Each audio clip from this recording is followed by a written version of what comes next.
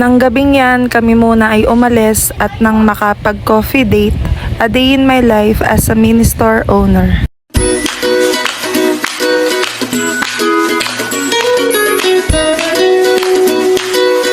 Sa mga oras na yan ay dumating ang delivery ng Veraza. Akin munang ipinacheck kay Lenin yung pagtanggap ng delivery dahil nga ako naman ay merong ginagawa sa kabilang tindahan dahil nag-aasikaso din ako ng mga pinamili namin nung nakaraan.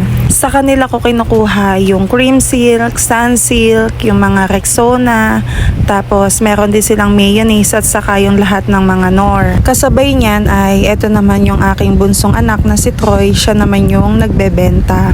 Fast forward, gabi na nga at kaming mag-asawa ay lumabas muna at magkakape habang kami ay nagkukwentuhan. Ayan kaming dalawa, nagbidyuhan kami, siya naman ang nagbibidyo sa akin at kami nga ay papunta na sa Starbucks para bumili ng kape at uupo lang kami banda dine sa may paseo. Ganyan lamang yung banding naming mag-asawa, magkakape at mag-uusap.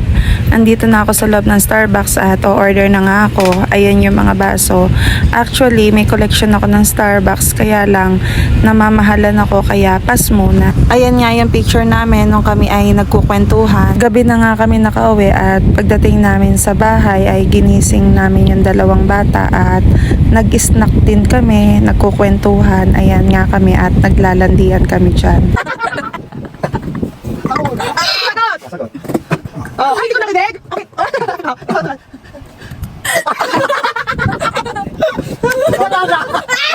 Kalabalik kita. Oh, sagot. Sagot, to Danin. Ikaw, Troy. Ikaw, ano? Ikaw, Ben. Dali, dali. Naksa mo, naksa mo. Naksa mo.